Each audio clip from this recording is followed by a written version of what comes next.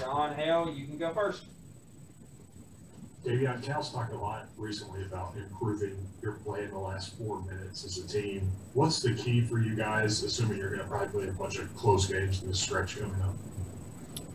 Yeah, just to notice the situation that's going on, like we're up or down, and just, take advantage if we are up and clock time. And then we've just been working on finishing, like how we're going to finish plays.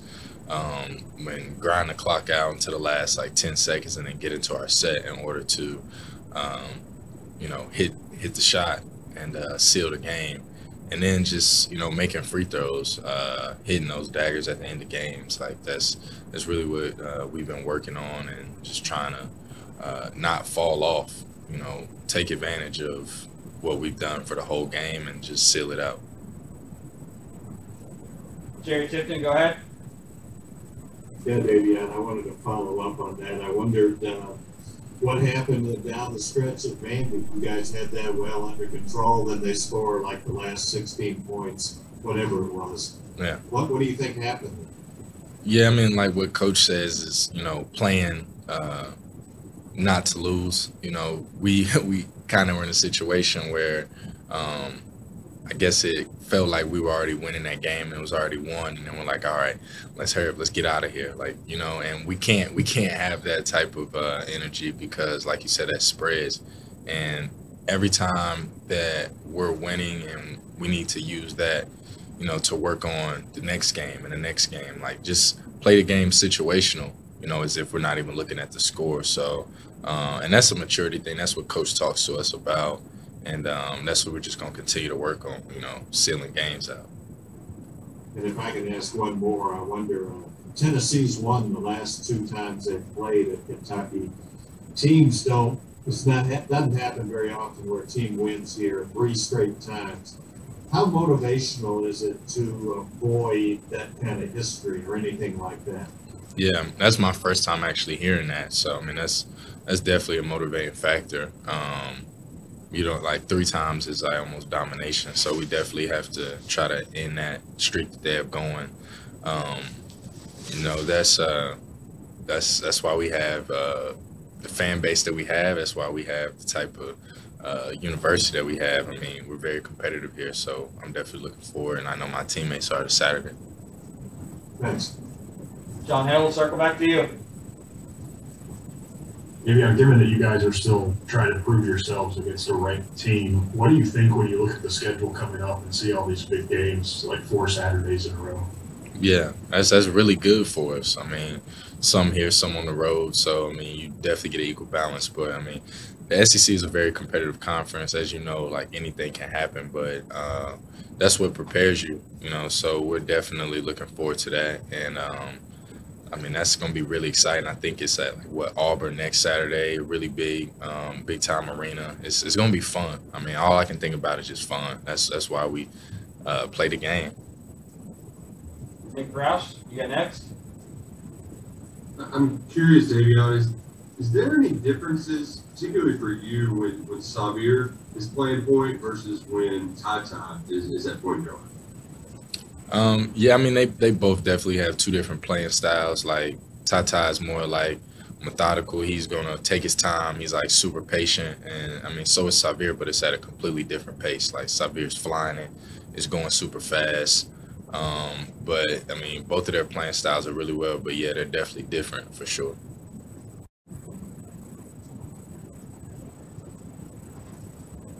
John Hale, back to you.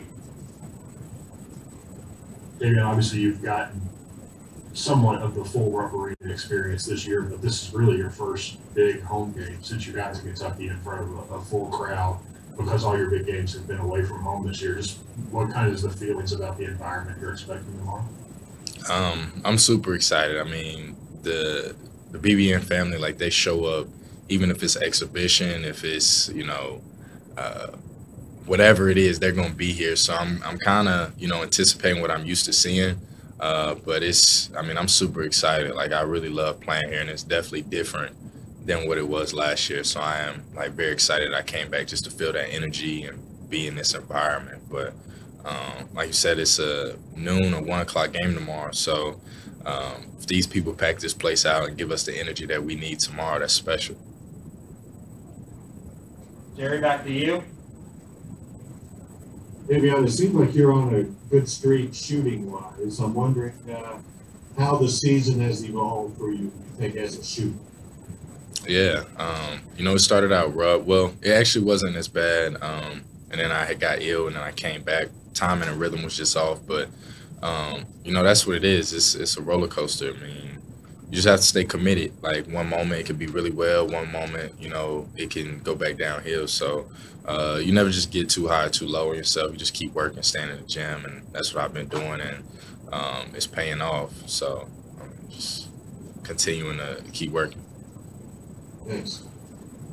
Tyler Thompson. Davion, you guys lost to Tennessee at Rupp last year, but you won in Knoxville, and you had a really, really good game. I think you had like 5 threes. What were your memories of that game?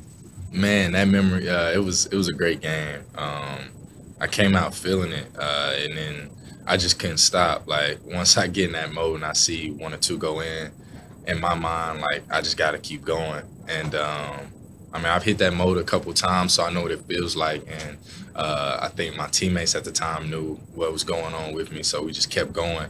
And the environment was great. I think my dad started arguing with some of the people upstairs, and Devin Askew's dad and like a bunch of the parents was all rooting together. So that was a moment where we weren't just unified on the court. Our families and everybody was sticking together up there too, because their fans got a little rowdy even during COVID. So, that was pretty funny. All my family and friends were there too. So it was dope. It was a dope experience just because, of the circumstances we were under last year. So, I'm looking forward to having a really good game and hopefully same turnout that we did there this year here tomorrow.